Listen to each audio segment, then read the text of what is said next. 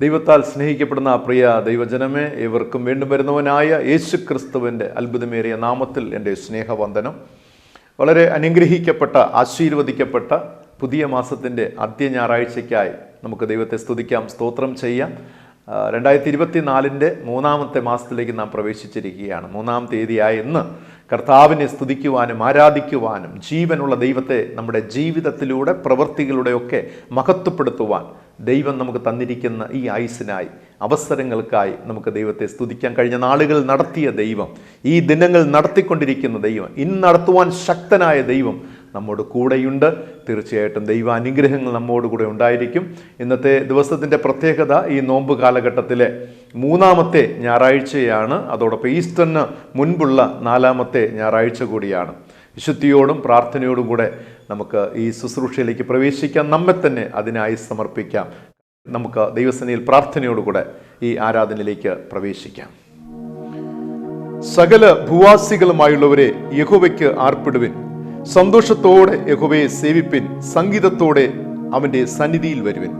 യഹോവ തന്നെ ദൈവം എന്നറിവിൻ, അവൻ നമ്മെ ഉണ്ടാക്കി, നാം അവനുള്ളവർ ആകുന്നു. കണ്ണുകളടയ്ക്കാം, ദൈവത്തോട് നമുക്ക് പ്രാർത്ഥിക്കാം. സ്തുതികൾ മേൽ വസിക്കുന്ന സർവശക്തനായ ഉന്നതനായ പിതാവാം ഞങ്ങളുടെ നല്ല ദൈവമേ, അനുഗ്രഹിക്കപ്പെട്ട ഈ വേളയ്ക്കായി നന്ദിയോടെ സ്തോത്രം ചെയ്യുന്നു. കർത്താവിനെ ആരാധിക്കുവാൻ, മഹത്വപ്പെടുത്തുവാൻ, തിരുവചനം കേൾക്കുവാൻ, ഞങ്ങളുടെ ജീവിതത്തെ ശുദ്ധീകരിക്കുവാൻ, കർത്താവിൻ്റെ വരവിനായി ഒരുങ്ങുവാൻ ഞങ്ങളുടെ ജീവിതത്തിൽ ദൈവം നൽകിയിരിക്കുന്ന നല്ല അവസരങ്ങൾക്കായി സ്തോത്രം.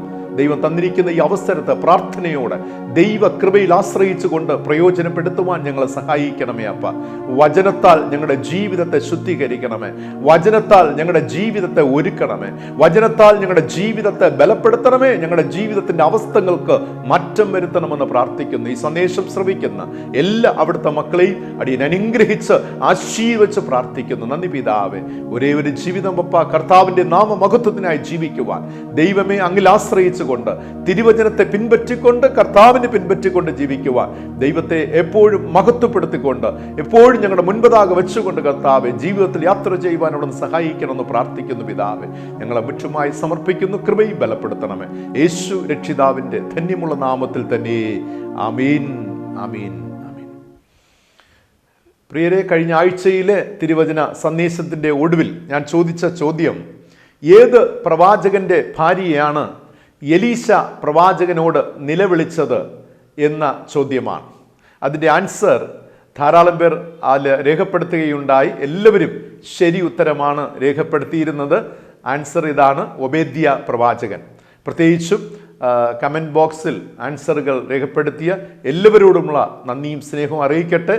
ഇന്നത്തെ ഈ തിരുവചന സന്ദേശത്തിൻ്റെ ഒടുവിൽ ഒരു ചോദ്യമുണ്ടായിരിക്കും. പ്രാർത്ഥനയോടെ ദൈവകൃപയിൽ ആശ്രയിച്ചുകൊണ്ട് ഈ സന്ദേശം ശ്രവിക്കാം. ദൈവത്തിൻ്റെ പരിശുദ്ധാത്മാവ് അതിലേക്കായി നമ്മെ സഹായിക്കുമാറാകട്ടെ.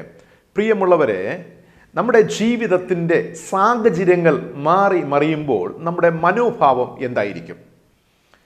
നമ്മുടെ സാഹചര്യങ്ങളെ മാറ്റുവാൻ നമുക്ക് എങ്ങനെ സാധിക്കും? പലപ്പോഴും നമ്മെ അലട്ടുന്ന ഒരു പ്രശ്നമുണ്ട്. ജീവിതം പലപ്പോഴും സുഗമമായി പോയിക്കൊണ്ടിരിക്കുമ്പോൾ അതിൻ്റെ ഇടയിൽ വരുന്ന ചില മാറ്റങ്ങൾ, അസ്വാഭാവികമായിട്ട് സംഭവിക്കുന്ന ചില സംഭവങ്ങൾ, അനർത്ഥങ്ങൾ, പ്രതികൂലങ്ങൾ, ഈ അനുഭവങ്ങളെ നമുക്ക് എങ്ങനെ നേരിടുവാനായിട്ട് സാധിക്കും? അതിനെ എങ്ങനെ നമുക്ക് തരണം ചെയ്യുവാനായിട്ട് സാധിക്കും എന്നതിൻ്റെ ഒരു ഉത്തമമായ ഒരു സംഭവത്തെയാണ് ഇന്ന് നിങ്ങളോട് പറയുവാനായിട്ട് ആഗ്രഹിക്കുന്നത്. ചില വേളകളിലൊക്കെ ഒരു രോഗമാകാം, പെട്ടെന്നുണ്ടാകുന്ന ഒരു രോഗമാകാം, ഒരു നഷ്ടമാകാം, ഒരു അനർത്ഥമാകാം, ഒരു ആപത്താകാം, ഒരു പ്രതികൂലമാകാം.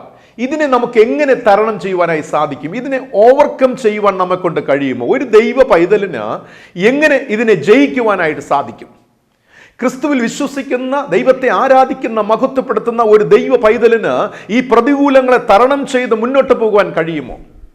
ജീവിതത്തിൽ ആകപ്പാടെ മുഴുവനുമായി പ്രശ്നങ്ങൾ, ഒന്ന് മാറി തീരാത്ത പ്രശ്നങ്ങൾ കൊണ്ട് നിറഞ്ഞിരിക്കുമ്പോൾ, മനസ്സ് പ്രക്ഷുബ്ധമായിരിക്കുമ്പോൾ, മുന്നോട്ട് ഒരു സമാധാനത്തിൻ്റെ യാതൊരു വഴികളും ഒന്നും ഇല്ലാതിരിക്കുമ്പോൾ നമുക്ക് എങ്ങനെ അതിനെ തരണം ചെയ്യുവാനായിട്ട് സാധിക്കും? അനേകം പേർ ആത്മഹത്യയിലേക്കും മറ്റു പലവിധമായ കാര്യങ്ങളിലേക്ക് പ്രേരിപ്പിക്കപ്പെടുന്നത്, ലഹരി ഉപയോഗിക്കുവാനൊക്കെ പ്രേരിപ്പിക്കപ്പെടുന്നത് മനസ്സിൻ്റെ അസ്വസ്ഥത മൂലമാണ്, സമാധാനമില്ലാത്തതാണ്. എന്ന് മാറും എൻ്റെ ഈ കഷ്ടങ്ങൾ? ഒന്ന് മാറി അനർത്ഥങ്ങൾ വന്നുകൊണ്ടിരിക്കുമ്പോൾ നമ്മുടെ ജീവിതത്തിൽ അതിനെ എങ്ങനെ തരണം ചെയ്യുവാനായിട്ട് സാധിക്കും? എങ്ങനെ ഒരു ദൈവ പൈതലിന് അതിനെ നേരിടുവാനായി സാധിക്കും എന്നതാണ്. പ്രിയമുള്ളവരെ, ഞാനിത് പറയുമ്പോൾ തന്നെ 3 വിഭാഗത്തിലുള്ള ആളുകൾ നിങ്ങളുടെ മധ്യേ ഉണ്ടാകാം. ഒരു വിഭാഗം എന്ന് പറയുന്ന കഴിഞ്ഞ നാളുകളിൽ ഇങ്ങനെയുള്ള പ്രതിസന്ധികളെ നേരിട്ടവർ, അതിലൂടെ കടന്നു വന്നവർ. രണ്ടാമത്തെ വിഭാഗക്കാർ എന്ന് പറയുന്നത് ഇന്ന് ഈ പ്രതിസന്ധികളെ നേരിട്ടുകൊണ്ടിരിക്കുന്നു, അതിലൂടെ കടന്നുപോയിക്കൊണ്ടിരിക്കുന്നവർ. ഇനിയൊരു വിഭാഗം എന്ന് പറയുന്നത് വരും നാളുകളിലൊക്കെ വലിയ വലിയ പ്രതിസന്ധിയിലൂടെ കടന്നു പോകുവാനായിട്ട് പോകുന്നവർ. അങ്ങനെയെങ്കിൽ 2 രാജാക്കന്മാരുടെ പുസ്തകം 20-ാം അധ്യായം 1 മുതൽ 11 വരെ വായിക്കുമ്പോൾ ഒരു സംഭവത്തെ അവിടെ രേഖപ്പെടുത്തിയിരിക്കുന്നത് കാണുവാനായി സാധിക്കും. യഹൂദ രാജാവായ ഹിസ്കിയാവിനെ കുറിച്ച് അവിടെ രേഖപ്പെടുത്തിയിരിക്കുകയാണ്. ഹിസ്കിയാവിനെ കുറിച്ച് ആമുഖമായി പറഞ്ഞാൽ അവനൊരു നല്ല രാജാവാണ്. ജീവിതത്തിന്റെ അവസാന ഭാഗത്ത് മരിക്കത്തക്ക ഒരു രോഗം ബാധിച്ച് ഒരു വലിയ പ്രതിസന്ധിയിലായിത്തീരുന്ന ഹിസ്കിയ രാജാവ്. പ്രവാചകനായ യെശയ്യാവ് അവൻ്റെ അടുക്കൽ വന്ന് ആ രോഗത്തിൻ്റെ അവസ്ഥയിൽ ഇപ്രകാരം പറയുകയാണ്: നിന്റെ ജീവിത കാര്യങ്ങൾ ക്രമപ്പെടുത്തുക, ഈ രോഗം നിന്റെ മരണത്തിലേക്ക് കൊണ്ടെത്തിക്കും, നീ മരിച്ചു പോകും എന്ന സന്ദേശം നൽകുകയാണ്. എൻ്റെ ഇവിടുത്തെ ചോദ്യം, ഒരു നല്ല രാജാവ്, ഒരു നല്ല ദൈവഭക്തൻ, ദൈവത്തെ അനുസരിക്കുന്നവൻ, ദൈവത്തിന് വേണ്ടി ഒരുപാട് നല്ല കാര്യങ്ങൾ ചെയ്ത ഒരു മനുഷ്യന്റെ ജീവിതത്തിൽ മരിക്കത്തക്ക രോഗം ഉണ്ടാകുമോ? മരിക്കത്തക്ക രോഗം അവന്റെ ജീവിതത്തിൽ വരുമോ? അവന്റെ ജീവിതത്തെ തകർത്ത് കളയത്തക്ക, ജീവിതം തീർത്ത് കളയത്തക്ക ഒരു അനർത്ഥം അവന്റെ ജീവിതത്തിൽ നേരിടുമോ? 3 കാര്യങ്ങൾ ഹിസ്കിയാവിന്റെ ജീവിതവുമായി ബന്ധപ്പെട്ട് ഞാൻ പറയുവാൻ ആഗ്രഹിക്കുന്നു. 1 രാജാക്കന്മാരുടെ പുസ്തകം 18-ന്റെ 1 മുതൽ 8 വരെ വായിക്കുമ്പോൾ ഒന്നാമത്തെ ചിന്ത, ഹിസ്കിയാവ് ഒരു നല്ല രാജാവ് ആയിരുന്നു. ഹിസ്കിയാവ് ഒരു നല്ല രാജാവായിരുന്നു. ആ ഭാഗം നാം പരിശോധിക്കുമ്പോൾ ഹിസ്കിയാവിന്റെ ജീവിതത്തിലെ 8 ഗുണങ്ങളെ അവിടെ കാണുവാനായി സാധിക്കും. 8 നല്ല സ്വഭാവങ്ങൾ ദൈവവുമായുള്ള ബന്ധത്തിൽ. 1, അവൻ യഹോവയ്ക്ക് പ്രസാദമുള്ളത് ചെയ്തു എന്ന് 3-ാമത്തെ വാക്യത്തിൽ പറഞ്ഞിരിക്കുകയാണ്. എന്നെ കേൾക്കുന്ന പ്രിയ ദൈവജനമേ, നമ്മുടെ സമൂഹത്തിൽ, നമ്മുടെ കുടുംബത്തിൽ ദൈവത്തിന് പ്രസാദമുള്ളത് ചെയ്യുന്ന വ്യക്തികളെ നിങ്ങൾ കണ്ടിട്ടുണ്ടോ? നിങ്ങൾക്ക് എപ്പോഴെങ്കിലും ദൈവത്തിന് പ്രസാദമുള്ളത് മാത്രം ചെയ്യുവാനായി നിങ്ങൾക്ക് കഴിഞ്ഞിട്ടുണ്ടോ? ഹിസ്കിയാവിനെ കുറിച്ച് പറയുന്നു, അവൻ ദൈവത്തിന് പ്രസാദമായുള്ളത് മാത്രം ചെയ്ത ഒരു രാജാവ്. 4-ാമത്തെ വാക്യത്തിൽ വായിക്കുമ്പോൾ അവൻ പൂജാഗിരികളെ നീക്കിക്കളഞ്ഞു. ദൈവത്തിന് ഇഷ്ടമില്ലാത്ത പൂജാഗിരികളെ അവൻ പൂർണ്ണമായി നീക്കം ചെയ്തു. അതിനായി അവൻ വിഗ്രഹ സ്തംഭങ്ങളെ തകർത്തു, അശോര പ്രതിഷ്ഠയെ വെട്ടിക്കളഞ്ഞു, താമ്ര സർപ്പത്തെ ഉടച്ചു കളഞ്ഞു എന്ന് രേഖപ്പെടുത്തിയിരിക്കുകയാണ്. ദൈവത്തിന് വിരുദ്ധമായി അന്ന് ആ ദേശത്തുണ്ടായിരുന്ന യഹൂദ ദേശത്തിന് എല്ലാവിധമായ അന്യ ദേവന്മാരെ, ദേവിമാരെ, അവരുടെ എല്ലാ യാഗപീഠങ്ങളെ തകർത്ത് കളയുകയാണ്. അത്രയധികം ദൈവത്തിന് വേണ്ടി തീഷ്ണതയോടെ നിന്ന ഒരു മനുഷ്യനായിരുന്നു ഹിസ്കിയ രാജാവ്. 3-ാമതായി ഹിസ്കിയാവിനെ കുറിച്ച് പറയുമ്പോൾ 5-ാമത്തെ വാക്യത്തിൽ പറയുന്നു, അവൻ ഇസ്രായേലിന്റെ ദൈവമായ യഹോവയിൽ ആശ്രയിച്ചു എന്നാണ്. ദൈവത്തിലുള്ള ഒരു സമ്പൂർണമായ ആശ്രയം അവനുണ്ടായിരുന്നു. എൻ്റെ ജീവിതത്തിൽ എൻ്റെ ദൈവമാണ് എല്ലാം എന്നും ആ ദൈവത്തിൽ ഞാൻ ആശ്രയിക്കും എൻ്റെ അവസാന ശ്വാസത്തോളം എന്ന ഒരു ഉറപ്പും നിശ്ചയവും ഹിസ്കിയ രാജാവിന് ഉണ്ടായിരുന്നു. 4-ാമതായി നോക്കുമ്പോൾ 6-ാം വാക്യത്തിന്റെ ആദ്യ ഭാഗത്ത് പറഞ്ഞിരിക്കുന്നു, അവൻ യഹോവയോട് ചേർന്നിരുന്നു എന്ന് രേഖപ്പെടുത്തിയിരിക്കുകയാണ്. ചിന്തിക്കുക, ഇൻറ്റിമസി വിത്ത് ഗോഡ്, ദൈവത്തോട് ചേർന്നിരിക്കുന്ന ഒരു അനുഭവം നിങ്ങൾക്കുണ്ടായിട്ടുണ്ടോ? അവിടെ പ്രാർത്ഥനയുണ്ടാകും, അവിടെ ഉപവാസമുണ്ടാകും, അവിടെ ദൈവത്തുമായുള്ള സംഭാഷണമുണ്ടാകും, ദൈവത്തിൻ്റെ ശബ്ദം കേൾക്കും, ദൈവത്തിൻ്റെ കാഴ്ചയുണ്ടാകും, ദൈവത്തിൻ്റെ ബലമുണ്ടാകും. അങ്ങനെയെങ്കിൽ അവൻ ദൈവത്തോട് ചേർന്നിരുന്ന ഒരു മനുഷ്യനായിരുന്നു ഹിസ്കിയാവ്. എല്ലായ്പ്പോഴും നല്ല ഒരു ദൈവഭക്തൻ എന്ന അനുഭവത്തിലായിരുന്നു ഈ രാജാവ്. 5-ാമതായി നാം നോക്കുമ്പോൾ ഏറ്റവും ഉന്നതമായ ഒരു അനുഭവത്തെ രേഖപ്പെടുത്തിയിരിക്കുകയാണ്. 6-ാം വാക്യത്തിന്റെ 2-ാം ഭാഗത്ത് അവൻ ദൈവത്തിന്റെ കൽപ്പനകളെ പ്രമാണിച്ചു പോന്നു എന്ന് രേഖപ്പെടുത്തിയിരിക്കുകയാണ്. വേദപുസ്തകത്തിൽ വളരെ കുറച്ചു പേർക്ക് മാത്രം നൽകപ്പെട്ടിരിക്കുന്ന ഒരു അഭിസംബോധനയാണ് ദൈവത്തിന്റെ കൽപ്പനകളെ പ്രമാണിക്കുന്ന ഒരു ജീവിത അനുഭവം. എന്നെ കേൾക്കുന്ന പ്രിയ ദൈവജനമേ, കാലങ്ങൾ ഇത്രയായി നാം കർത്താവായ യേശുവിനെ സ്വീകരിച്ച് സ്നാനപ്പെട്ട്, അല്ലെങ്കിൽ കർത്താവായ യേശുവിന്റെ തിരുശരീര രക്തങ്ങളെ കൈക്കൊണ്ടുകൊണ്ട് നിത്യതയ്ക്കായി ഒരുങ്ങുന്നു എന്ന് അഭിമാനിക്കുന്ന നമ്മുടെ ജീവിതത്തിൽ ദൈവത്തിന്റെ കൽപ്പനകളെ പ്രമാണിക്കുവാനായി സാധിച്ചിട്ടുണ്ടോ? പൂർണ്ണമായും ദൈവത്തിന്റെ കൽപ്പനകളെ പിന്തുടരുവാൻ നമ്മെ കൊണ്ട് കഴിഞ്ഞിട്ടുണ്ടോ? വചനം പറയുന്നു, ഹിസ്കിയ രാജാവ് ദൈവത്തിന്റെ കൽപ്പനകളെ പ്രമാണിച്ചു പോന്നു എന്നാണ്. ആറാമതായി പറയുന്നു 2 രാജാക്കർ 18:7, അതുകൊണ്ട് തന്നെ യഹോവ അവനോട് കൂടെ ഉണ്ടായിരുന്നു എന്ന് രേഖപ്പെടുത്തിയിരിക്കുകയാണ്. എന്തുകൊണ്ടാണ് പ്രിയമുള്ളവരെ?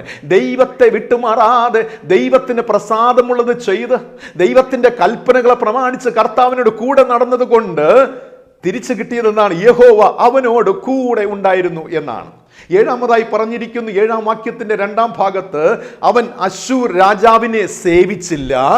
ശ്രദ്ധിക്കണമേ, മനുഷ്യരിൽ ആശ്രയിക്കുന്നതിനേക്കാൾ യഹോവയിൽ ആശ്രയിക്കുന്ന നല്ലത് എന്ന തീരുമാനത്തിൽ അശ്ശൂർ രാജാവിനെ സേവിക്കാതെ അവൻ ജീവനുള്ള ദൈവത്തെ എപ്പോഴും നോക്കിക്കാണുകയും ആരാധിക്കുകയും ചെയ്തു പോന്നു എന്നാണ്.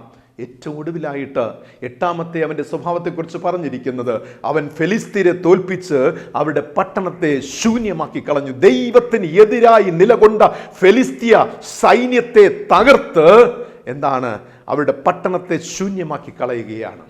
അപ്പോൾ ദൈവത്തിന് വേണ്ടി, ദൈവവചനത്തിന് വേണ്ടി കൽപ്പനകൾ തീഷ്ണമായി ആ കാലഘട്ടത്ത് നിലകൊണ്ട ഒരു ദൈവ മനുഷ്യനായിരുന്നു ഈ ഹിസ്കിയ രാജാവ്. ഞാൻ ഈ ഭാഗത്തെ പഠിക്കുമ്പോൾ ഈ 8 സ്വഭാവങ്ങളെ ഞാൻ 3 കാറ്റഗറിയായിട്ട് തിരിക്കുവാനിടയായി. ഞാൻ അതിനെക്കുറിച്ച് വളരെ ഡീപ്പായിട്ട് പഠിച്ചു. അപ്പോൾ അതിനെ 3 കാറ്റഗറി എനിക്ക് കാണുവാനായി സാധിക്കും. ഒന്നാമത്തേത്, അവൻ ദൈവത്തിൽ മാത്രം ആശ്രയിച്ചു എന്നുള്ളതാണ്. ഹിസ്കിയാവിൻ്റെ ഹോൾ ലൈഫ് എടുത്തു കഴിഞ്ഞാൽ, മുഴുവൻ ജീവിതം എടുത്തു കഴിഞ്ഞാൽ അവൻ്റെ ആശ്രയം ദൈവത്തിലായിരുന്നു. 2, അവൻ ദൈവിക കൽപ്പനകളിൽ ജീവിച്ചു എന്നുള്ളതാണ്. Living in the word of God, in the commandment of God, ദൈവത്തിൻ്റെ കൽപ്പനകൾ തന്നെ അവൻ ജീവിച്ചു എന്നുള്ളതാണ്. അതവൻ്റെ ജീവിതത്തിലെ ഉറച്ച തീരുമാനമായിരുന്നു. അവൻ്റെ ബ്ലഡിൽ, അവൻ്റെ രക്തത്തിൽ അവൻ അലിഞ്ഞു ചേർത്ത ഒരു അനുഗ്രഹീതമായൊരു നന്മയായിരുന്നു അവൻ ദൈവത്തിൻ്റെ കൽപ്പനകളിൽ ജീവിച്ചു എന്നുള്ളത്. 3, അവൻ ദൈവത്തിന് വേണ്ടി പ്രവർത്തിച്ചു. ആമേൻ. ഒരു ആമേൻ പറഞ്ഞേ പ്രിയമുള്ളവരെ. അവൻ ദൈവത്തിന് വേണ്ടി പ്രവർത്തിച്ചു. ഈ 3 കാര്യങ്ങളാണ് എനിക്ക് കാണുവാൻ കഴിഞ്ഞത്. 8 സ്വഭാവങ്ങളിൽ നിന്നും അവൻ ആശ്രയിച്ചു, അവൻ ജീവിച്ചു, അവൻ പ്രവർത്തിച്ചു. അവൻ ദൈവത്തിൽ ആശ്രയിച്ചു, ദൈവിക കൽപ്പനകളിൽ അവൻ ജീവിച്ചു, അവൻ ദൈവത്തിന് വേണ്ടി പ്രവർത്തിച്ചു. ഫലം എന്തായിരുന്നു? ഒരൊറ്റ ഫലമാണ് അവിടെ രേഖപ്പെടുത്തി. ഇത്രയൊക്കെ അവൻ ചെയ്തപ്പോൾ, ദൈവവുമായുള്ള ബന്ധത്തിൽ ഇത്രയധികം കാര്യങ്ങൾ ഹിസ്കിയ രാജാവ് ചെയ്തപ്പോൾ ദൈവത്തിൽ നിന്നും അവന് ലഭിച്ച നന്മ എന്താണ്? വേദപുസ്തകം പറയുന്നു, യഹോവ അവനോട് കൂടെ ഉണ്ടായിരുന്നു. ദൈവം അവനോട് കൂടെ ഉണ്ടായിരുന്നു. എന്നെ കേൾക്കുന്ന പ്രിയ ദൈവജനമേ, ആരെങ്കിലും നമ്മോട് പറഞ്ഞിട്ടുണ്ടോ, മകളെ, മകനെ, നിന്നോട് കൂടെ ദൈവമുണ്ട്, ഞാനത് കാണുന്നു, അറിയുന്നു എന്ന് പറഞ്ഞിട്ടുണ്ടോ? നിങ്ങളുടെ മക്കളിൽ ദൈവത്തിൻ്റെ സാന്നിധ്യം കാണുവാൻ കഴിയുന്നുണ്ടോ? നിങ്ങളുടെ ജീവിത പങ്കാളിയിൽ ദൈവത്തിൻ്റെ സാന്നിധ്യം കാണുവാൻ കഴിയുന്നുണ്ടോ? നിങ്ങളുടെ കുടുംബത്തിൽ ദൈവത്തിൻ്റെ സാന്നിധ്യം, നിരന്തരമായ വിട്ടുമാറാത്ത സാന്നിധ്യത്തെ അനുഭവിക്കുവാൻ നിങ്ങൾക്ക് കഴിഞ്ഞിട്ടുണ്ടോ? നിങ്ങളുടെ സഭയിൽ, നിങ്ങളുടെ ഇടയിൽ, ദൈവവേല ചെയ്യുന്നവരുടെ ഇടയിൽ അവരോടൊപ്പം ദൈവത്തിൻ്റെ സാന്നിധ്യം, വിട്ടുമാറാത്ത സാന്നിധ്യത്തെ നിങ്ങൾക്ക് എപ്പോഴെങ്കിലും കാണുവാനായി കഴിഞ്ഞിട്ടുണ്ടോ? ചിന്തിക്കുക പ്രിയമുള്ളവരെ. വേദപുസ്തകം പറയുന്നു അവൻ്റെ 8 ഗുണങ്ങൾ, അതിനെ 3ആയി ഞാൻ തരംതിരിച്ചു. പ്രിയമുള്ളവരെ, ഇങ്ങനെ അവനായിരുന്നത് കൊണ്ട് വേദപുസ്തകം പറയുന്നു, വിട്ടുമാറാത്ത ഒരു ദൈവ സാന്നിധ്യം അവനോട് കൂടെ ഉണ്ടായിരുന്നു. ചുരുക്കത്തിൽ യഹോവ അവനോട് കൂടെ ഉണ്ടായിരുന്നു. ഓർക്കുക, ഇങ്ങനെയുള്ള ഒരു മനുഷ്യനാണ് മാരകമായ ഒരു രോഗത്തിലേക്ക് തള്ളിവിടപ്പെടുന്നത്. ഒരു മാരകമായ കഷ്ടതയിലേക്ക്, ഒരു അനർത്ഥത്തിലേക്ക്. വേദപുസ്തകം പറയുന്നു മരിക്കത്തക്ക ഒരു രോഗം അവനെ ബാധിക്കുകയാണ്. ഞാൻ ചിന്തിച്ചു പോയി, അവന് സാധാരണയായിട്ട് അവന് മരിച്ചുകൂടെ? ദൈവത്തിന് മരിക്കുവാനുള്ള അനുവാദം കൊടുത്തു. എന്തുകൊണ്ട് അവൻ്റെ ജീവിതത്തിൽ ഒരു മാരകമായ രോഗം കൊണ്ടുവന്നു? എന്തുകൊണ്ട് അവൻ്റെ ജീവിതത്തിൽ ഈ രോഗത്തെ കൊണ്ടുവന്നു? എന്തുകൊണ്ട് ഈ അനർത്ഥത്തെ കൊണ്ടുവന്നു? അവന് സാധാരണ ഒരു മരണത്തിലൂടെ അവന് ഒരുപക്ഷെ ഈ ലോകത്തിൽ നിന്ന് വേർപെടുത്താമായിരുന്നു. എന്തുകൊണ്ട് ഈ മരണ കാരണമായ ഒരു മാരകമായ രോഗത്തെ ഈ ദൈവമകൻ്റെ ജീവിതത്തിൽ, ദൈവം കൂടെ ഉണ്ടായിരുന്നവൻ്റെ ജീവിതത്തിലാണ് ഈ അനർത്ഥം വന്നതെന്ന് നോക്കുക. എന്നെ കേൾക്കുന്ന പ്രിയ ദൈവജനമേ, ഇവിടുത്തെ ചോദ്യം ഇതാണ്: നല്ലവരായ മനുഷ്യർ, ദൈവത്തോടൊപ്പം സഞ്ചരിക്കുന്ന മനുഷ്യർ, ദൈവം കൂടെ വസിക്കുന്ന മനുഷ്യരുടെ ജീവിതത്തിൽ അനർത്ഥങ്ങൾ നേരിടുമോ? ആപത്തുകൾ വരുമോ? രോഗങ്ങൾ, പ്രതിസന്ധികൾ വരുമോ? വേദപുസ്തകം പറയുന്നു നല്ല മനുഷ്യർ, ഭക്തിയുള്ളവർ രോഗത്തിൽ വീഴ്ത്തപ്പെടാം. കഷ്ടത്തിൽ വീഴ്ത്തപ്പെടാം, ഞെരുക്കത്തിൽ വീഴ്ത്തപ്പെടാം, അനർത്ഥങ്ങളിലേക്ക് വീഴ്ത്തപ്പെടാം. മറന്നു പോകരുത്. ഇതെപ്പോഴും ദൈവ പൈതലേ നാം ഓർത്തിരിക്കേണ്ട ഒരു കാര്യമാണ്. നല്ല മനുഷ്യർക്ക് അനർത്ഥങ്ങളില്ല, കഷ്ടങ്ങൾ ഉണ്ടാകുകയില്ല, വേദന ഉണ്ടാകുകയില്ല എന്ന് നാം കരുതരുത്. ദൈവഭക്തന്മാർക്കും ഭക്തന്മാർക്കും ദൈവം കഷ്ടതകൾ, വേദനകൾ അനുവദിക്കുന്നു എന്ന് മനസ്സിലാക്കുക.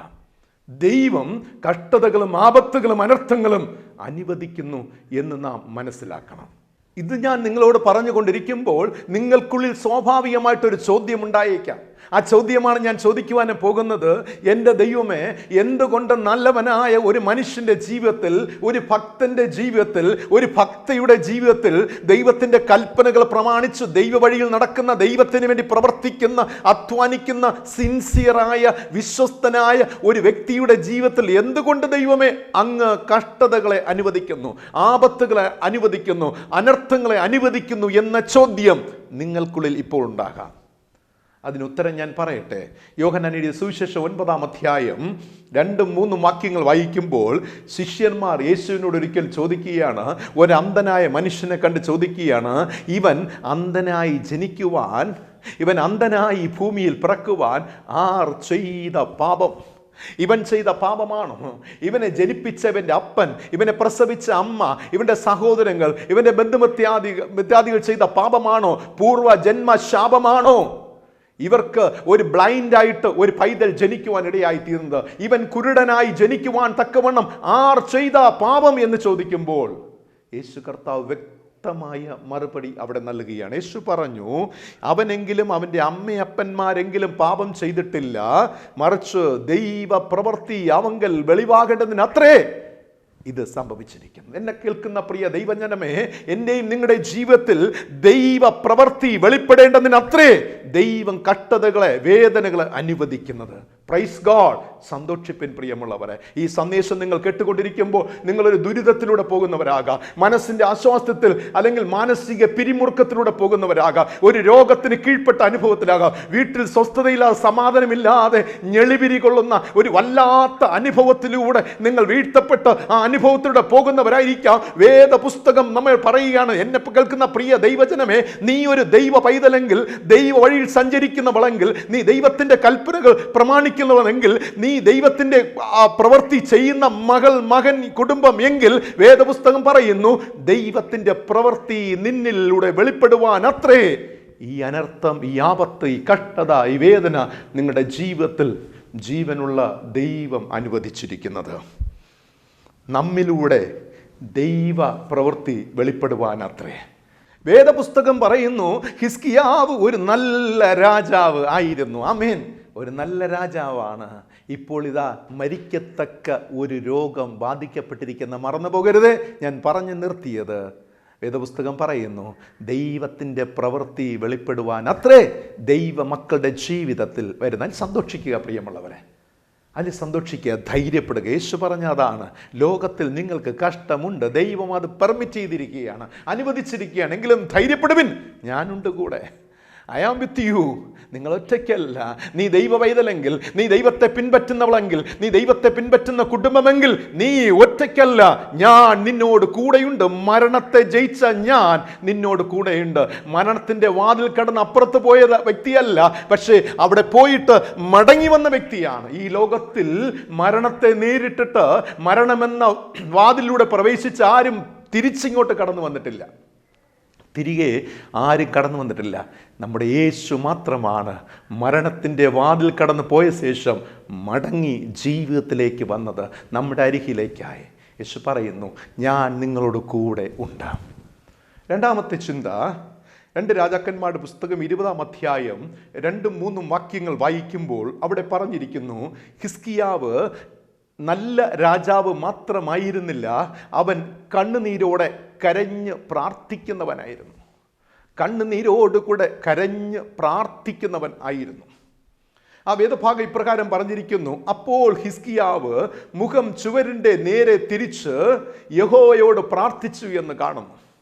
വേദപുസ്തകം പറയുന്നു, എപ്പോഴാണോ അവൻ മരിക്കത്തക്ക ഒരു രോഗം ബാധിച്ച് കിടപ്പിലായപ്പോൾ ദൈവത്തിൻ്റെ പ്രവാചകനായ യെശയ്യാവ് ഇതാ അവൻ്റെ രാജകൊട്ടാരത്തിലേക്ക് കടന്നു വരികയാണ്, അവൻ്റെ അരമനയിലേക്ക് കടന്നു വരികയാണ്, അവൻ്റെ കിടക്കമുറിയിലേക്ക് ചെല്ലുകയാണ്. അവൻ രോഗിയായി വീഴ്ത്തപ്പെട്ട ആ കിടക്കുന്ന ആ മുറിക്കുള്ളിൽ പ്രവേശിച്ചുകൊണ്ട് യെശയ്യാ പ്രവാചകൻ പറയുകയാണ്, അല്ലയോ രാജാവേ ഹിസ്കിയാവേ, നീ മരിച്ചു പോകും.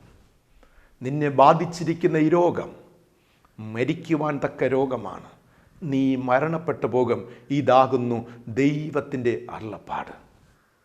എന്നെ കേൾക്കുന്ന പ്രിയ ദൈവജനമേ, ദൈവത്തിൽ നിന്നുള്ള സന്ദേശമാണ് ഇവിടെ യെശയ്യാ പ്രവാചകനിലൂടെ ഹിസ്കിയാവിന് നൽകപ്പെട്ടത്.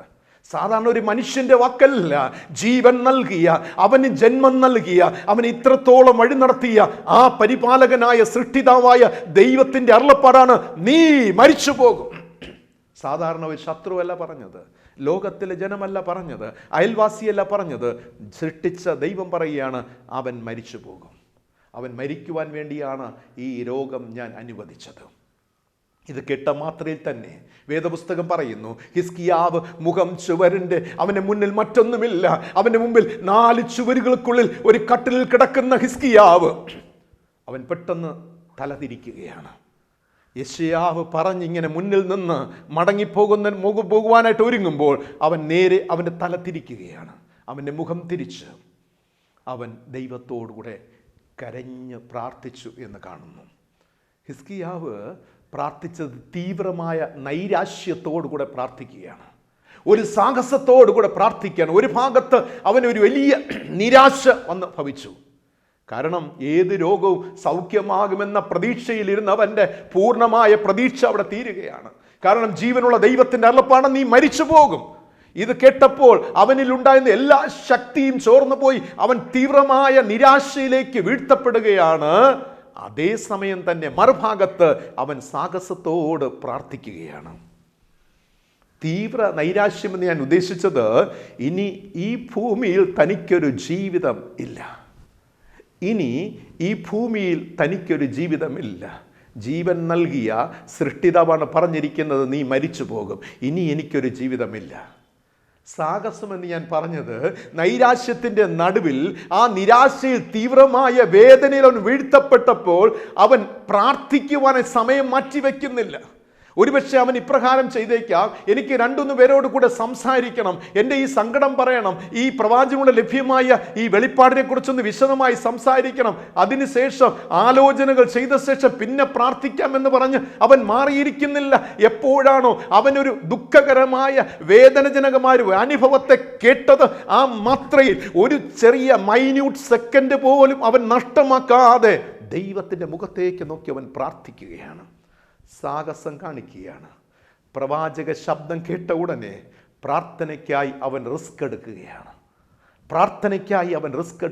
എന്നെ കേൾക്കുന്ന പ്രിയ ദൈവജനമേ, നിങ്ങൾ എപ്പോഴെങ്കിലും ഈ ഒരു അനുഭവത്തിലായിട്ടുണ്ടോ? നിങ്ങളൊരു യാത്രയിൽ പോകുമ്പോഴാകാം, നിങ്ങൾ ട്രെയിനിൽ സഞ്ചരിച്ചുകൊണ്ടിരിക്കുമ്പോൾ, ബസ്സിൽ യാത്ര ചെയ്യുമ്പോൾ, ജോലി സ്ഥലത്തിരിക്കുമ്പോൾ ഒരു ഫോൺ കോൾ വരികയാണ്. നിങ്ങളുടെ കുടുംബത്തിലെ ഒരു അനർത്ഥത്തെക്കുറിച്ച്, നിങ്ങളുടെ മക്കളുടെ ജീവിതത്തിലെ സങ്കടകരമായ അനുഭവത്തെക്കുറിച്ച്, നിങ്ങളുടെ ബിസിനസ്സിലെ ഒരു സങ്കടകരമായ അനുഭവത്തെക്കുറിച്ചുള്ള സന്ദേശം വരികയാണ്. നിങ്ങളുടെ നിലപാട് എന്തായിരിക്കും? നിങ്ങളുടെ ആറ്റിറ്റ്യൂഡ് എന്തായിരിക്കും? നിങ്ങൾ എന്ത് റിസ്ക് ആയിരിക്കും ആദ്യം എടുക്കുന്നത്? ആരെയായിരിക്കും നിങ്ങൾ ആദ്യം വിളിക്കുന്നത്? ബന്ധുക്കളെയാണോ, സഹോദരങ്ങളാണോ, ഡോക്ടേഴ്സിനെയാണോ, ആംബുലൻസിനെയാണോ? വേദപുസ്തകം പറയുന്നു, അവൻ ആദ്യം ചെയ്ത ഒരു സെക്കൻഡ് പോലും പാഴാക്കാതെ ജീവനുള്ള ദൈവത്തിന്റെ മുഖത്തേക്ക് നോക്കി അവൻ കരയുകയാണ്, നിലവിളിക്കുകയാണ്, പ്രാർത്ഥിക്കുകയാണ്. ഹിസ്കിയാവിൻ്റെ പ്രാർത്ഥനയിലെ ഘടകങ്ങൾ, 3 ഘടകങ്ങൾ എനിക്ക് കാണുവാൻ കഴിയുന്നു. ഒന്ന്, അവൻ്റെ പ്രാർത്ഥനയിൽ, കർത്താവേ, യഹോവയായ ദൈവമേ, ഞാൻ വിശ്വസ്തയോടും ഏകാഗ്രതയോടും ഞാൻ നിന്റെ മുമ്പിൽ നടന്നു. അവൻ തൻ്റെ കഴിഞ്ഞ പാസ്റ്റ് ലൈഫ്, കഴിഞ്ഞ ഭൂതകാലത്തെക്കുറിച്ച് അവൻ പറയുകയാണ്.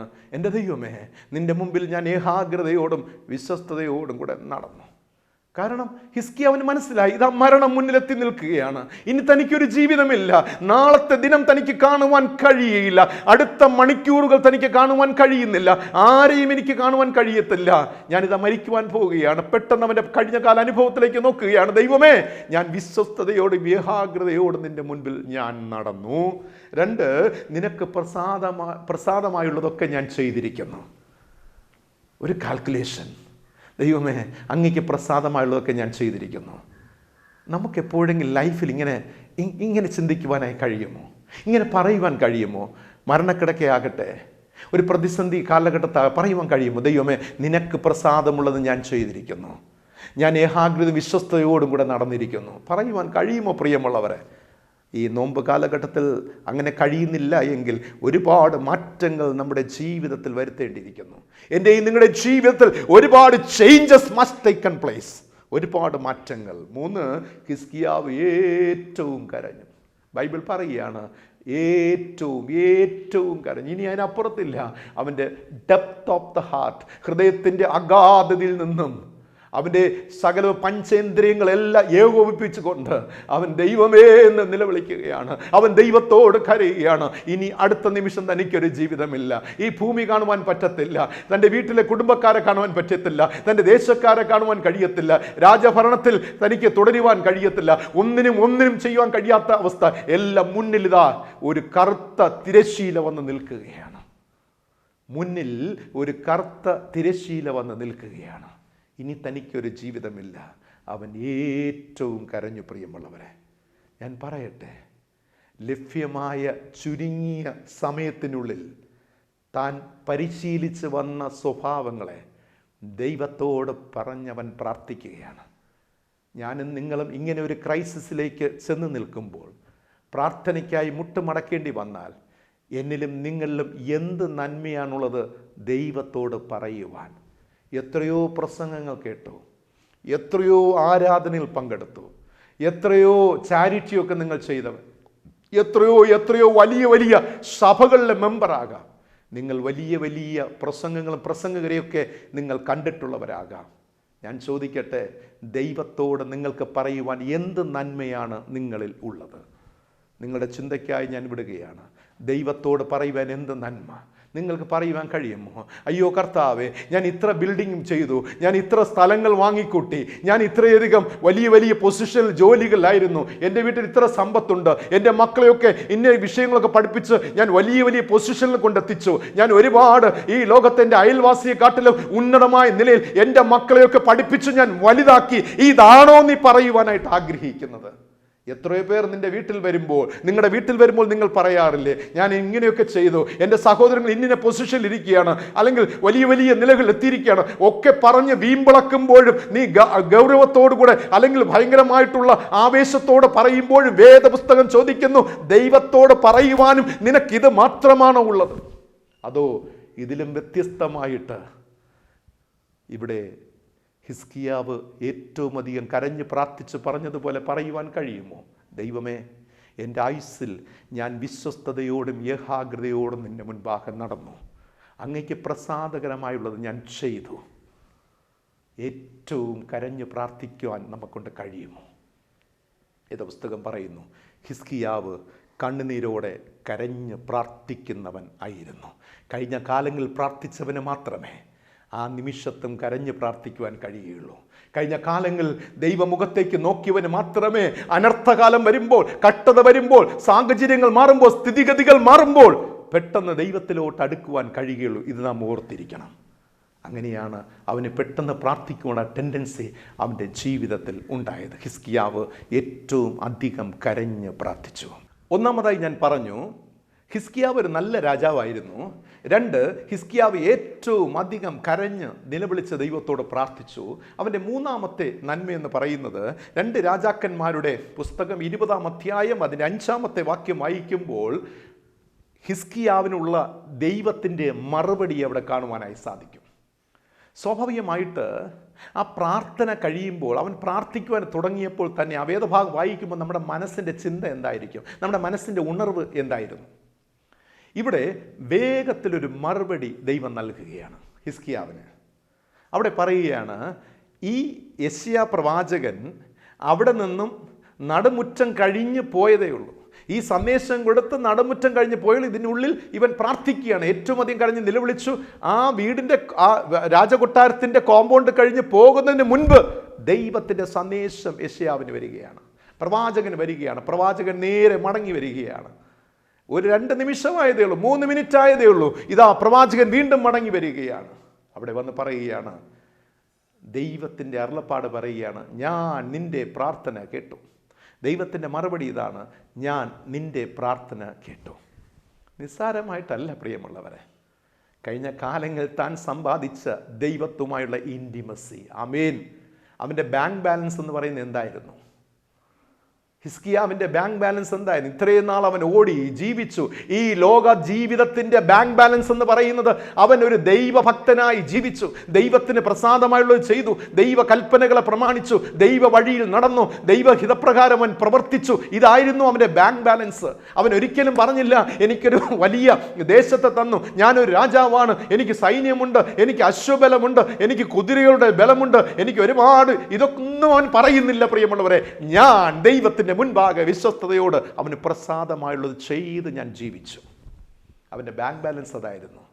അതിൻ്റെ ഇൻട്രസ്റ്റ് ആണ് ഇതാ ഇപ്പോൾ കിട്ടുന്നത്. ഹല്ലേലൂയ, ആമേൻ. അവൻ നേടിയെടുത്ത ഇംഗത്തിൻ്റെ ഇൻട്രസ്റ്റ് ദൈവം അവന് കൊടുക്കുകയാണ്. ദൈവം പറയുകയാണ്, ഞാൻ നിൻ്റെ പ്രാർത്ഥന കേട്ടു, ഞാൻ നിൻ്റെ കണ്ണുനീർ കണ്ടിരിക്കുന്നു. എത്രയോ നാളത്തെ ദൈവമുള്ള ഇൻറ്റിമസി, അടുപ്പം. ഈ അടുപ്പത്തിലാണ് ദൈവം പ്രാർത്ഥന കേട്ടത്. നമ്മളൊക്കെ ചിന്തിക്കും, എങ്ങനെയെങ്കിലുമൊക്കെ ജീവിച്ചിട്ട്, തോന്നിയതുപോലെ ജീവിച്ചിട്ട് ഒരു ക്രൈസിസ് വരുമ്പോൾ ഓടിച്ചെന്ന് പ്രാർത്ഥിക്കാം. ദൈവമായിട്ട് ഒരു ബന്ധമില്ലാതെ ജീവിച്ചിട്ട് ഒരു പ്രതികൂലം വരുമ്പോൾ ഓടി, അപ്പാ യേശുവേ, ഏതെങ്കിലും ദൈവവേലക്കാരുടെ മുമ്പിൽ പോയി മുട്ടുകുത്തി തലയിൽ കഴിച്ച് പ്രാർത്ഥിച്ച എൻ്റെ പ്രശ്നങ്ങൾ മാറും. ഒരിക്കലും അങ്ങനെ ചിന്തിക്കരുതേ. ബൈബിൾ പറയുന്നു, നീ എന്ത് വിതച്ചുവോ അത് തന്നെ നീ കൊയ്യുമെന്ന വേദപുസ്തകം പറയുന്നത്. പ്രാർത്ഥനയാകുന്ന വിത്തുകൾ കഴിഞ്ഞ നാളുകൾ വിതയ്ക്കപ്പെട്ടിട്ടുണ്ടെങ്കിൽ, നീതി പ്രവൃത്തികൾ ചെയ്യപ്പെട്ടിട്ടുണ്ടെങ്കിൽ, നിന്റെ അനർത്ഥത്തിൽ നിന്ന് ദൈവം വിടുവിക്കും. ഏത് പടുകുഴിയിലേക്ക് താഴ്ത്തപ്പെട്ടാലും, നീ എവിടെ വീഴ്ത്തപ്പെട്ടാലും, ഏത് മാരകമായ രോഗം നിന്നെ ബാധിക്കാലും, ഏത് സ്ഥാനങ്ങൾ നീ ഇറക്കപ്പെട്ടാലും, ഇരട്ടി ശക്തിയോടെ മഹത്വത്തോടെ നിന്നെ ഉയർത്തുന്ന ഒരു ദൈവമുണ്ട്. നിന്നാപാത്രമായി, പരിഹാസമായി, ദുഷികളിൽപ്പെട്ട് നീ തളർന്ന് താളടിയായി കിടന്നാലും അവിടെ നിന്ന് നിന്നെ ഉയർത്തുന്ന ദൈവമുണ്ട്. അതിൻ്റെ ബാങ്ക് ബാലൻസ് ആണ്. ദൈവവുമായുള്ള സ്വർഗത്തിലെ അക്കൗണ്ട് ഉണ്ടല്ലോ, ആ സ്വർഗീയ അക്കൗണ്ടിലെ നിന്റെ ബാങ്ക് ബാലൻസ് ആണ്. നീ ഇത്രയും നാൾ ഏൺ ചെയ്തതാണ്, നിന്റെ കണ്ണുനീരാണ്. അതിൻ്റെ ഫലമാണ് നൽകുന്നത്. ഞാൻ നിന്നെ സൗഖ്യമാക്കും. ദൈവം പറയുന്നു, ഞാൻ തൊട്ട് മുമ്പേ ഒരു 3 മിനിറ്റിന് മുമ്പ് പറഞ്ഞതാണ്, നീ മരിച്ചു പോകും, നീ മരണപ്പെട്ടു, നിന്റെ കാര്യങ്ങൾ ക്രമപ്പെടുത്തുക, ഈ രോഗം നീ മരിക്കുവാൻ അത്രയെന്ന് സൃഷ്ടിതാവ് പറയുമ്പോൾ 3 മിനിറ്റ് കഴിഞ്ഞപ്പോൾ ദൈവം തൻ്റെ നിലപാട് മാറ്റുകയാണ്. ദൈവത്തിൻ്റെ തീരുമാനങ്ങളെ മാറ്റുവാൻ നിന്റെ ജീവിതത്തിനാകും പ്രിയമുള്ളവരെ. നിന്റെ ജീവിതത്തിന് കഴിയണം.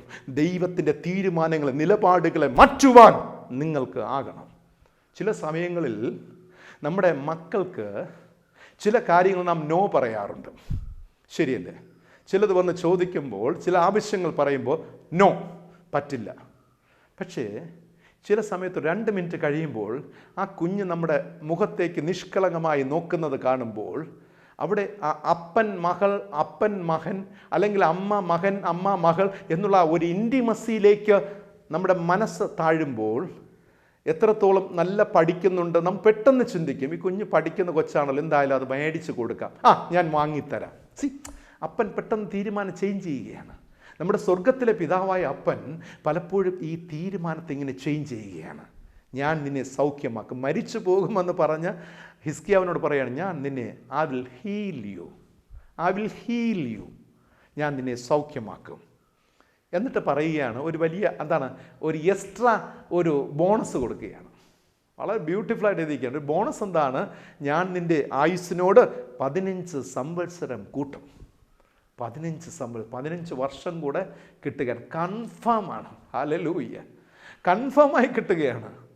ഞാൻ ഇപ്രകാരം ചിന്തിക്കുക, എൻ്റെ ദൈവമേ, ഹിസ്കിയാവിനോടങ്ങി പറയാമായിരുന്നു, കുഴപ്പമില്ല, നീ മരിക്കത്തില്ല, ഞാൻ നിന്നെ സൗഖ്യമാക്കും എന്ന് പറഞ്ഞു കഴിഞ്ഞാൽ നമുക്ക് തോന്നണേ, ഓക്കെ, ഇന്ന് ഞാൻ മരിക്കില്ല, ചിലപ്പോൾ അടുത്ത വർഷം മരിച്ചാലോ, പക്ഷേ വേദപുസ്തകം പറയുന്ന അവന് വീണ്ടും 15 വർഷം കൺഫേം ആക്കി കൊടുക്കുകയാണ്. നീ ഇനി 15 വർഷത്തേക്ക് മരിക്കില്ല. ഹല്ലേലൂയ, ആമേൻ. ഇതാണ് ദൈവം തൻ്റെ മക്കൾക്ക് നൽകുന്ന ഉറപ്പ്. പ്രിയമുള്ളവരെ, മരണത്തിൻ്റെ വക്കോളം എത്തുമ്പോഴും നിന്നെ ജീവിപ്പിക്കുവാൻ, നിന്നെ ഉയർത്തുവാൻ, നിന്നെ മാനിക്കുവാൻ ദൈവത്തിന് മാത്രമേ കഴിയുകയുള്ളൂ. ദൈവത്തിന് സാധിക്കും. പ്രിയമുള്ളവരെ, ഇവിടെ പറയുന്നു, നിന്റെ ആയുസ്സിനോട് 15 സംവത്സരം കൂട്ടും ഞാൻ നിന്നെയും ഈ നഗരത്തെയും അശ്ശൂർ രാജാവിൻ്റെ കയ്യിൽ നിന്നും രക്ഷിക്കും. നിനക്കൊരു ശത്രുവുണ്ട്, അശ്ശൂർ രാജാവും സൈന്യവും. അത് നിൻ്റെ ഒരു ടെൻഷനാണ്. ആ ടെൻഷൻ ഞാൻ മാറ്റുവാൻ പോവുകയാണ്. നിനക്ക് ഈ ബോണസ് തരുന്നതോടൊപ്പം തന്നെ ഒരു എക്സ്ട്രാ ബോണസ് കൂടെ തരാൻ പോവുകയാണ്.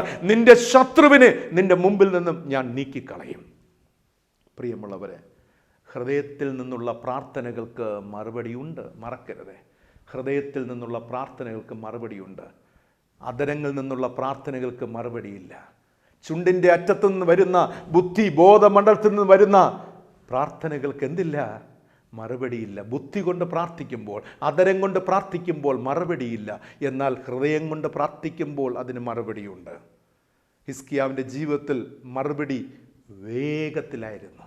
യെശയ്യാവ് നടുമുറ്റം വിട്ടുപോകുന്നതിന് മുമ്പ് ദൈവത്തിൻ്റെ അരുളപ്പാട് ഉണ്ടായിരുന്നു. ഞാൻ പറയട്ടെ, ദൈവത്തിൻ്റെ ഹിതം അതായിരുന്നു, ഹിസ്കിയാവിനെ സൗഖ്യമാക്കുക എന്നുള്ളത്.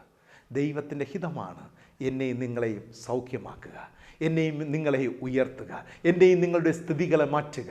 ഇത് ദൈവത്തിൻ്റെ ഹിതത്തിൽപ്പെട്ടതാണ്, ദൈവത്തിൻ്റെ പദ്ധതിയിൽപ്പെട്ടതാണ്. നാം ദൈവത്തിൻ്റെ പദ്ധതിയിൽ ഉൾപ്പെട്ട് പ്രവർത്തിച്ച് ജീവിച്ചാൽ, പ്രിയമുള്ളവരെ, ദൈവത്തിൻ്റെ പദ്ധതിയിൽ നമുക്ക് ഒരുപാട് മാറ്റങ്ങൾ തരും, ജീവിതത്തിന് നന്മകൾ തരും, അനുഗ്രഹങ്ങൾ നൽകും, സന്തോഷവും സമാധാനം നൽകും. പ്രിയമുള്ളവരെ, ഇനി ഈ സംഭവവുമായി ബന്ധപ്പെട്ട് 2 പ്രധാന കാര്യങ്ങൾ കൂടെ നിങ്ങളോട് പറഞ്ഞ് ഞാൻ അവസാനിപ്പിക്കുവാൻ ആഗ്രഹിക്കുകയാണ്. 2 പ്രധാന കാര്യങ്ങൾ. ഒന്നാമത്തേത്, സൗഖ്യമാക്കുവാൻ ദൈവം ഉപയോഗിക്കുന്ന രീതികളെക്കുറിച്ചാണ്. How it will happen. സൗഖ്യമാക്കുവാൻ ദൈവം ഉപയോഗിക്കുന്ന രീതികൾ. ഒരു പക്ഷേ ഈ ഒരു ചിന്ത നിങ്ങളുടെ ജീവിതത്തിൽ ഇതുവരെ നിങ്ങൾ കേട്ടിട്ടുണ്ടാകത്തില്ല. എന്നാലും ഞാൻ ഇത് വളരെ ശ്രദ്ധയോടെ നിങ്ങൾ കേൾക്കണേ. സൗഖ്യമാക്കുവാൻ ദൈവം ഉപയോഗിക്കുന്ന ചാലകങ്ങൾ, അതിൻ്റെ ഉപകരണങ്ങൾ എന്തൊക്കെയാണ്, മെത്തേഡ്സ് എന്തൊക്കെയാണ്? 2 രാജാക്കന്മാരുടെ പുസ്തകം 20:7 വായിക്കുമ്പോൾ അവിടെ പറഞ്ഞിരിക്കുന്നു, പിന്നെ യെശയ്യാവ് ഒരു അത്തിപ്പഴക്കട്ട കൊണ്ടുവന്ന് ഹിസ്കിയാവിൻ്റെ പരിവിന്മേൽ, ശരീരത്തിൽ ബാധിച്ചിരിക്കുന്ന രോഗകാരണം പരിവിന്മേൽ ഇട്ടു, അവന് സൗഖ്യമായി എന്ന് രേഖപ്പെടുത്തിയിരിക്കുകയാണ്.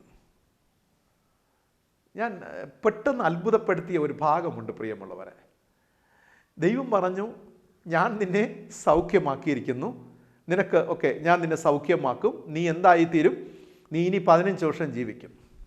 ഇത് പറഞ്ഞു കഴിഞ്ഞാൽ പിന്നെ ഒരു മെഡിസിൻ അവിടെ ആവശ്യമാണ്. That's my question. പിന്നെ അവിടെ വേറൊരു ട്രീറ്റ്മെൻറ്റ് അവിടെ ആവശ്യമാണ്. കാരണം യെശയ്യാവ് പിന്നെ അത്തിപ്പഴക്കട്ട, വേറൊരു മെഡിസിൻ കൊണ്ടുവരികയാണ്. അത് കൊണ്ടുവന്ന് ഈ പരുവിന്മേൽ ഒഴിക്കുകയാണ്, അല്ലെങ്കിൽ ഇടുകയാണ്. ആ സമയത്ത് ആ പരുവ് അങ്ങ് മാറുകയാണ്. അവിടെ ഒരു മെഡിസിൻ ഉപയോഗിക്കുകയാണ്. ഇവിടെ ഓർക്കുക, ശ്രദ്ധയോടെ കേൾക്കണേ. ഇവിടെ ഹിസ്കിയാവ് പ്രാർത്ഥിച്ചപ്പോൾ തന്നെ അവൻ്റെ സൗഖ്യത്തിനുള്ള അനുവാദം ദൈവം നൽകിക്കഴിഞ്ഞു. നമ്പർ 1, അനുവാദം കിട്ടിക്കഴിഞ്ഞാൽ അടുത്ത് ചെയ്യേണ്ടുന്ന രീതികൾ ഞാൻ പറയുവാൻ പോവുകയാണ്. അപ്പോൾ എപ്പോഴാണ് അവൻ പ്രാർത്ഥിച്ചത്? ദൈവം അനുവാദം നൽകിക്കഴിഞ്ഞു. Yes, I will heal him, I will heal her, I will heal the family, I will heal the church, I will heal the nation. ഞാൻ ദേശത്തെ സൗഖ്യമാക്കും, ഞാൻ കുടുംബത്തെ, അവനെ അവളെ ഞാൻ സൗഖ്യമാക്കും, ആ സഭയെ ഞാൻ സൗഖ്യമാക്കും. അനുവാദം കിട്ടിക്കഴിഞ്ഞു. എന്നാൽ അത് കഴിഞ്ഞ് ചെയ്യുന്ന പ്രവൃത്തിയാണ് ദൈവ സൗഖ്യത്തിനായി ഉപയോഗിക്കുന്ന രീതികൾ. എന്തൊക്കെയാണെന്നറിയാമോ? മെഡിസിൻ, മരുന്നുകൾ ദൈവം ഉപയോഗിക്കും. ഹെൽത്ത് ഫുഡ്, ആരോഗ്യകരമായ ഭക്ഷണങ്ങൾ, അതുപോലെ തന്നെ ഉപവാസവും ഐകമത്യത്തോടുള്ള പ്രാർത്ഥനകളും ദൈവം ഉപയോഗിക്കാറുണ്ട്, ചാലകങ്ങളായി ഉപയോഗിക്കാറുണ്ട്. ദൈവം പെർമിറ്റ് ചെയ്ത് കഴിഞ്ഞാൽ അടുത്ത സെക്കൻഡ് സ്റ്റേജിൽ ഉപയോഗിക്കുന്ന മെഡിസിനുകളാണ്. അതുകൊണ്ട് അതിനെ നിസ്സാരമായി കാണരുത്. ഇന്ന് ദൈവം നമുക്ക് തന്നിരിക്കുന്ന റിസോഴ്സസ്, വിഭവങ്ങൾ, ഇതൊരിക്കലും നാം നിസ്സാരമായി കാണരുത്. പുതിയ നിയമപ്രകാരം നാം പരിശോധിച്ചാൽ യാക്കോബ് എഴുതിയ ലേഖനം 5-ാം അധ്യായം 13 മുതൽ 15 വരെ വായിക്കുമ്പോൾ, ഒരുവൻ രോഗിയായി തീർന്നാൽ സഭയിലെ മൂപ്പന്മാരെ വിളിച്ച് പ്രാർത്ഥിക്കുന്നത്, എണ്ണ പൂശി പ്രാർത്ഥിക്കുന്നത്, കൈവച്ച് പ്രാർത്ഥിക്കുന്നത്, പാപങ്ങൾ ഏറ്റുപറഞ്ഞ് പ്രാർത്ഥിക്കുന്നത്, ഇതൊക്കെ അവിടെ സംഭവിക്കുകയാണ്. പ്രിയമുള്ളവരെ, ഞാൻ പറയട്ടെ, ചിലപ്പോൾ ഈ മെഡിസിൻ എല്ലാം, രീതികളെല്ലാം ഉപയോഗിച്ചാലും നമുക്ക് ചിലപ്പോൾ സൗഖ്യമാകണമെന്നില്ല. ഞാൻ ഇപ്പോൾ പറയാൻ പോകുന്ന നോർമലായുള്ള ചിന്തയാണ്. നിങ്ങൾ ചോദിക്കാം, ഞാൻ ഈ മെഡിസിൻ ഉപയോഗിക്കുന്നുണ്ട്, പക്ഷേ എന്തുകൊണ്ട് എനിക്ക് സൗഖ്യമാകുന്നില്ല? എല്ലാ മെഡിസിനുകളെല്ലാം എല്ലായ്പ്പോഴും സൗഖ്യം നൽകണമെന്നില്ല. കാരണം എന്തുകൊണ്ടെന്നറിയാമോ? ദൈവത്തിൻ്റെ അനുവാദം കിട്ടിയിട്ടില്ല. ആമേൻ. ദൈവത്തിൻ്റെ അനുവാദം കിട്ടാത്തത് കൊണ്ട് ഇന്ന് പലർക്കും സൗഖ്യം കിട്ടുന്നില്ല.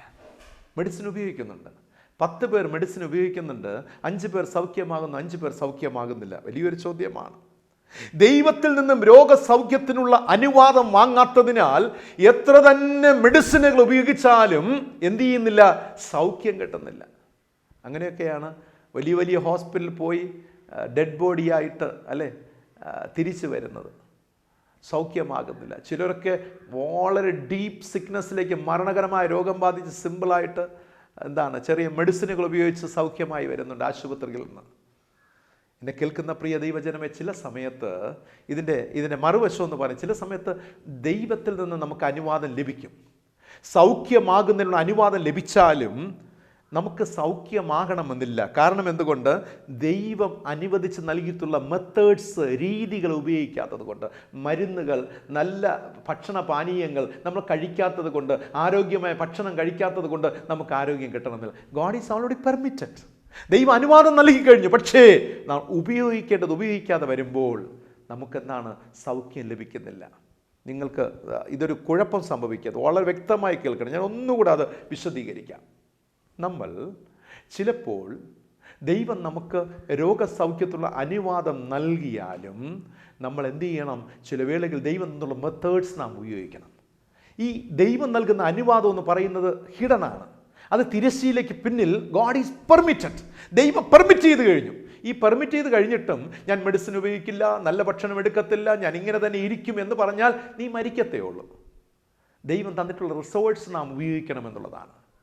ചില സമയങ്ങൾ നാം മെഡിസിനിൽ ആശ്രയിച്ച് വലിയ വലിയ ഹോസ്പിറ്റലിൽ പോയി മെഡിസിൻ എല്ലാം കഴിച്ചാലും സൗഖ്യമാകുന്നില്ല. കാരണം നിന്റെ ജീവിതത്തിൽ ദൈവം അനുവാദം തന്നിട്ടില്ല, നൽകുന്നില്ല നീ സൗഖ്യമാകുവാൻ. ഇത് നാം വ്യക്തമായി മനസ്സിലാക്കണം. പ്രിയമുള്ളവരെ, പ്രാർത്ഥന എന്നത് സൗഖ്യത്തിൻ്റെ ആദ്യ താക്കോലാകുന്നു. വിടുതലിൻ്റെ ആദ്യ താക്കോൽ, എല്ലാത്തിൻ്റെ പരിഹാരത്തിൻ്റെ ആദ്യ താക്കോൽ എന്ന് പറയുന്നത് പ്രാർത്ഥന എന്നതാകുന്നു. ഏതൊരു പ്രതിസന്ധി വരുമ്പോഴും ദൈവത്തിൽ നിന്ന് പെർമിഷൻ അതിലുണ്ടാകണം. നിൻ്റെ സ്ഥിതികൾ മാറുവാൻ, നിൻ്റെ കഷ്ടതകൾ മാറുവാൻ, ദുരിതങ്ങൾ മാറുവാൻ ആദ്യം ചെയ്യേണ്ടത് ദൈവത്തിൻ്റെ പെർമിഷൻ എടുക്കുക. രണ്ടാമതായി ദൈവം തന്നിട്ടുള്ള മെത്തേഡ്സ് യൂസ് ചെയ്യുക. അധ്വാനിക്കേണ്ടത്, ഓടേണ്ടത്, നാം ചെയ്യേണ്ട കാര്യങ്ങളെല്ലാം ചെയ്യുമ്പോൾ ഈസിക്കൽ ടു സക്സസ്സിലേക്ക് നടത്തപ്പെടുകയാണ്. പ്രാർത്ഥനയും പ്രവൃത്തിയും, പ്രെയർ പ്ലസ് വർക്ക്സ് അഥവാ ഡീഡ്സ്, ഇത് രണ്ടും ചേരുമ്പോൾ ഈസിക്കൽ ടു എന്താണ്? സക്സസ്. ഒരു ഹീലിംഗ്, സൗഖ്യം പ്രാപിച്ചെടുക്കുകയാണ്, വിജയം നേടുക, വിക്ടറി കിട്ടുകയാണ്. എന്നെ കേൾക്കുന്ന പ്രിയ ദൈവജനമേ, ദൈവത്തിൻ്റെ പരിശുദ്ധാത്മാവ് നമ്മോട് പറയുകയാണ്, സൗഖ്യമാക്കുവാൻ ദൈവം ഉപയോഗിക്കുന്ന 2 രീതികൾ. ഇത് രണ്ടും നമ്മുടെ ജീവിതത്തിൽ ഉണ്ടാകണം. ഇതിൽ ഒന്നില്ല എങ്കിൽ മറന്നു പോകരുത്, നമുക്ക് സൗഖ്യം പ്രാപിക്കുക അസാധ്യമാണ്. ഇനി ഇതിലെ രണ്ടാമത്തെ ചിന്ത എന്ന് പറയുന്നത്, ദൈവം സൗഖ്യമാക്കും എന്നതിന് ദൈവം അനേക സമയം അടയാളങ്ങൾ നമുക്ക് നൽകാറുണ്ട്. 2 രാജാക്കന്മാർ 20:10 വായിക്കുമ്പോൾ ഹിസ്കിയാവ് യെശയ്യാവിനോട് ചോദിക്കുകയാണ്, അല്ലയോ പ്രവാചക, ഞാൻ സൗഖ്യമാക്കും എന്നതിന് അടയാളം എന്താണ്? ദൈവം പറഞ്ഞു, ഞാൻ സൗഖ്യമാക്കും എന്ന് യെശയ്യാവോട് പറഞ്ഞു കഴിഞ്ഞു. ഇപ്പോൾ അവൻ്റെ ചോദ്യം, ഞാൻ സൗഖ്യമാകും എന്നതിന് അടയാളം എന്താണ്? നാം ദൈവത്തോട് പ്രാർത്ഥിച്ചു. ഒരു ദൈവദാസനടുക്കൽ പോയി, മകനെ നിനക്ക് ദൈവം ഇത് ചെയ്യും, നീ ഭാരപ്പെട, സമാധാനത്തോടെ പോക എന്ന് ദൈവവാക്ക് കേട്ട് കഴിഞ്ഞാൽ നിങ്ങൾക്കുള്ളിൽ സംശയം, ഇത് എങ്ങനെ സാധിക്കും? സൗഖ്യമാകും എന്നതിന് അടയാളങ്ങൾ നൽകും. അവിടെ വേദപുസ്തകം പറയുന്നു, സൂര്യ ഘടികാരത്തിൽ ഇറങ്ങിപ്പോയിരുന്ന നിഴലിനെ 10 പടി പിന്നോക്കം തിരിയുമാറാക്കി എന്നതാണ്. അതൊരു അടയാളത്തെ ദൈവം നൽകുകയാണ്. ഇന്നും പ്രിയമുള്ളവരെ, ദൈവം ചെയ്യുവാൻ പോകുന്ന അടയാളങ്ങൾ, അത്ഭുതങ്ങളെ വിശ്വസിക്കുവാൻ മതിയായ വിശ്വാസം നമ്മളില്ലാതെ വരുമ്പോൾ നാമും പലപ്പോഴും അടയാളങ്ങൾ അന്വേഷിക്കുകയാണ്. ഗിദെയോന് നമുക്കറിയാം ആട്ടുരോം അഥവാ കമ്പിളിത്തോൽ, അതുപോലെ മോശയ്ക്ക് ഒരു വടി അടയാളമായി കൊടുക്കുകയാണ്. എലീശയ്ക്ക് ഏലിയാവിൻ്റെ പുതപ്പിന് അടയാളമായി നൽകുകയാണ്. ചില അടയാളങ്ങളൊക്കെ നമുക്ക് ലഭിക്കും പ്രിയമുള്ളവരെ. ജീവിതത്തിൽ ദൈവം ചെയ്യുവാൻ പോകുന്ന അത്ഭുതത്തിൻ്റെ അടയാളങ്ങൾ ദൈവത്തോട് ചോദിച്ചാൽ ദൈവം അടയാളങ്ങൾ നൽകുന്ന ദൈവമാണ്. തീർച്ചയായിട്ടും yes, God will give signs to you for forthcoming miracles. വരാൻ പോകുന്ന അത്ഭുതങ്ങൾക്ക് മുന്നോടിയായി നിങ്ങളുടെ ജീവിതത്തിൽ ചില അടയാളങ്ങൾ, സൂചകങ്ങൾ ദൈവം നൽകും. ദൈവത്തോട് ചോദിക്കുക. So you must need A intimacy with your God. നിങ്ങളുടെ ദൈവത്തോട് നിങ്ങൾക്കൊരു അടുപ്പം ഉണ്ടാകണം. അഭേദ്യമായ, ആർക്കും തിരിച്ചറിയുവാൻ പറ്റാത്ത ഒരു ബന്ധം, ഒരു കോൺക്രീറ്റ് റിലേഷൻഷിപ്പ് നിങ്ങൾക്കുണ്ടാകണം. ദാറ്റ് അത് നിങ്ങളുടെ ലൈഫിനെ നടത്തും പ്രിയമുള്ളവരെ. പ്രതികൂലങ്ങൾ വരട്ടെ, കൊടുങ്കാറ്റടിക്കട്ടെ, ചുഴലിക്കാറ്റ് വരട്ടെ, പേമാരി വരട്ടെ, ഭൂകമ്പമുണ്ടാകട്ടെ, കൽമഴ പെയ്യട്ടെ, എന്ത് വന്നാലും ആ ബന്ധമുണ്ടെങ്കിൽ ഉണ്ടല്ലോ, ദൈവം പറയണം, ഐ വിൽ ഹീൽ യു, ഞാൻ നിന്നെ സൗഖ്യമാക്കും. ഹിസ്കിയാവിൻ്റെ ജീവിതം അത്ഭുതവകമാണ്. ദൈവം ഒരു പ്രത്യേക അപേക്ഷയ്ക്ക് മറുപടി നൽകുകയാണ്. ഹിസ്കിയാവിൻ്റെ പ്രാർത്ഥന കഴിഞ്ഞപ്പോൾ ദൈവം തൻ്റെ മനസ്സ് മാറ്റുകയാണ്. ഹിസ്കിയാവ് ദൈവത്തിൻ്റെ നീതിയുള്ള പ്രവൃത്തികൾ ചെയ്യുവാൻ ശിഷ്ടകാലം ദൈവത്തിൻ്റെ പുറകെ സഞ്ചരിച്ചതായിട്ട് വിശുദ്ധ വേദപുസ്തകം പറയും. ഇനിയുള്ള നാൾ, എനിക്കിനി കിട്ടിയ ഈ 15 അധിക സംവത്സരം എൻ്റെ ദൈവത്തിന് വേണ്ടി, എൻ്റെ സമ്പത്ത് എൻ്റെ ദൈവത്തിന് വേണ്ടി, എൻ്റെ എനർജി ദൈവത്തിന് വേണ്ടി, എൻ്റെ സമയം എൻ്റെ ദൈവത്തിന് വേണ്ടി, ഇനി എനിക്കായിട്ടില്ല, എനിക്ക് തന്നിരിക്കുന്ന 15 വർഷം എൻ്റെ ദൈവത്തിന് വേണ്ടി ഞാൻ ചിലവഴിക്കും. നിങ്ങളെപ്പോഴെങ്കിലും അങ്ങ് ചെയ്യാറുണ്ടോ പ്രിയമുള്ളവരെ? നിങ്ങൾക്ക് തരുന്ന ഓരോ ദിനങ്ങളും, ഇന്നത്തെ പ്രഭാതം കാണുവാൻ കഴിഞ്ഞുവെങ്കിൽ ഈ ദിനം എൻ്റെ ദൈവത്തിനായി ഞാൻ ഉപയോഗിക്കും. എനിക്ക് നൽകിയ ധനം ഞാൻ ഉപയോഗിക്കും, എൻ്റെ സമയം ഒക്കെ, എനർജി എൻ്റെ ദൈവനാമമഹത്വത്തിനായി ഞാൻ ഉപയോഗിക്കുമെന്ന് പറയുവാൻ കഴിയുന്നുണ്ടോ? നമ്മുടെ പ്രാർത്ഥനകൾ ശക്തിയുള്ള പ്രാർത്ഥനകളായിരിക്കണം, എനർജറ്റിക് ആയിരിക്കണം, പവർഫുൾ ആയിരിക്കണം. അവർ പ്രേയർ മസ്റ്റ് ബി എഫക്റ്റീവ്. ആ പദത്തിന് മറ്റൊരു വേർഡില്ല, അത് എഫക്റ്റീവ് ആയിരിക്കണം പ്രിയമുള്ളവരെ. യാക്കോബ് 5:13 പറയുന്നു, നിങ്ങളിൽ കഷ്ടമനുഭവിക്കുന്നവൻ പ്രാർത്ഥിക്കട്ടെ, നിങ്ങളിൽ കഷ്ടമനുഭവിക്കുന്നവൻ പ്രാർത്ഥിക്കട്ടെ എന്ന് വചനം പഠിപ്പിക്കുകയാണ്. ദൈവത്തെങ്കിലേക്ക് തിരിയാമോ? ദൈവം നമ്മെ സഹായിക്കും. കഷ്ടതകളിലെ പ്രാർത്ഥനകൾ, ഇന്നത്തെ ചിന്താവിഷയം തന്നെയാണ് ഞാൻ എടുത്തത്. കഷ്ടതകളിലെ പ്രാർത്ഥനകൾ. നിങ്ങളുടെ കഷ്ടതകളിലെ പ്രാർത്ഥനകൾക്ക് വീര്യമുണ്ടാകണം, ശക്തി ഉണ്ടാകണം, കോൺഫിഡൻസ് ഉണ്ടാകണം പ്രിയമുള്ളവരെ. You can see the miracle of God. ഇന്നത്തെ ചോദ്യം ഇതാണ്, ഹിസ്കിയാവിന് മരിക്കത്തക്ക രോഗം ബാധിച്ചപ്പോൾ ദൈവത്തിൻ്റെ സന്ദേശവുമായി എത്തിയ പ്രവാചകൻ്റെ പേര് എന്താണ്? ചോദ്യം ആവർത്തിക്കുന്നു. ഹിസ്കിയാവിന് മരിക്കത്തക്ക രോഗം ബാധിച്ചപ്പോൾ ദൈവത്തിൻ്റെ പ്രവചന സന്ദേശവുമായി ഹിസ്കിയാവിൻ്റെ കൊട്ടാരത്തിൽ എത്തിയ പ്രവാചകൻ്റെ പേര് എന്താണ്? ഉത്തരം നിങ്ങൾ കമൻറ്റ് ബോക്സിൽ രേഖപ്പെടുത്തുക. ദൈവത്തിൻ്റെ കൃപകൾ അനുഭവിക്കാം, കണ്ണുകളടയ്ക്കാം, ദൈവത്തോട് നമുക്ക് പ്രാർത്ഥിക്കാം.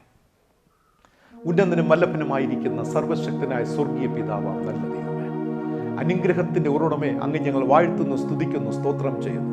അബ്ബാ പിതാവെ എന്ന് വിളിച്ചുകൊണ്ട് അപ്പൻ്റെ സന്നിധിയോളം ഞങ്ങൾ കടന്നു വരുന്നു. കർത്താവേ, ഞങ്ങളെ രക്ഷിച്ച അവിടുത്തെ വലിയ സ്നേഹം, അവിടുത്തെ ദയ, അവിടുത്തെ മനസ്സരിവ്, ഓ പിതാവേ, അങ്ങ് ഞങ്ങൾ സ്നേഹിക്കുന്നു, ആരാധിക്കുന്നു, മഹത്വപ്പെടുത്തുന്നു. യേശുവിൻ്റെ നാമത്തിൽ, അങ്ങയുടെ നാമത്തിൽ ഇന്ന് കർത്താവെ ഈ സന്ദേശം ശ്രമിച്ച എല്ലാ മക്കളെയും അടിയൻ അനുഗ്രഹിച്ച് ആശീർവദിച്ച് പ്രാർത്ഥിക്കുന്നു. കൈവിടരുതേ, പ്രാർത്ഥനയ്ക്ക് ഫലമുണ്ട്. പ്രാർത്ഥന ദൈവിക തീരുമാനങ്ങളെ മാറ്റുന്നു, ദൈവിക നിയോഗങ്ങളെ മാറ്റുന്നു. നന്ദി പിതാവേ, നന്ദിയോടെ സ്തുതിക്കുന്നു. ഒരു നൊടി നേരത്തേക്കുള്ളിൽ ആമേൻ, പ്രാർത്ഥനയിലൂടെ ഇക്കഴിഞ്ഞ കാലമൊക്കെ ദൈവത്തോട് സഞ്ചരിച്ചതിൻ്റെ പ്രതിഫലം അവൻ നേടിയെടുത്തത് ജീവിതത്തിന്റെ 15 സംവത്സരം കൂടെ. നന്ദി പിതാവേ, അനുഗ്രഹത്തിനായി സ്തോത്രം. ഞങ്ങളുടെ ജീവിതത്തിൽ പലപ്പോഴും ജീവിതം എൻഡിലെത്തി നിൽക്കുമ്പോൾ, ഞങ്ങളുടെ ജീവിതത്തിന് അവസാനം എത്തി നിൽക്കുമ്പോൾ ദൈവമേ അങ്ങ് കൃപയായി ഓരോ ദിവസവും ഓരോ ദിനങ്ങളും ഓരോ നന്മകളും ഞങ്ങളുടെ ജീവിതത്തിൽ ആഡ് ചെയ്തുകൊണ്ടിരിക്കുന്നല്ലോ. സ്തോത്രം ചെയ്യുന്നു അപ്പാ. അങ്ങ് വർദ്ധിപ്പിച്ചുകൊണ്ടിരിക്കുന്ന നന്മകൾക്കായി സ്തോത്രം, ആഡ് ചെയ്തുകൊണ്ടിരിക്കുന്ന അനുഗ്രഹങ്ങൾക്കായി സ്തുതിക്കുന്നു അപ്പാ. ഞങ്ങളെ പൂർണ്ണമായി ദൈവകരങ്ങൾ സമർപ്പിക്കുന്നു പിതാവേ. കർത്താവേ, ഒരു പുതിയ മാസത്തിലേക്ക് ഞങ്ങൾ പ്രവേശിച്ചിരിക്കുന്നു. ഈ മാർച്ച് മാസം അനുഗ്രഹത്തിന്റെ അത്ഭുതത്തിന്റെ ഒരു മാസമാക്കി തീർക്കണമേ.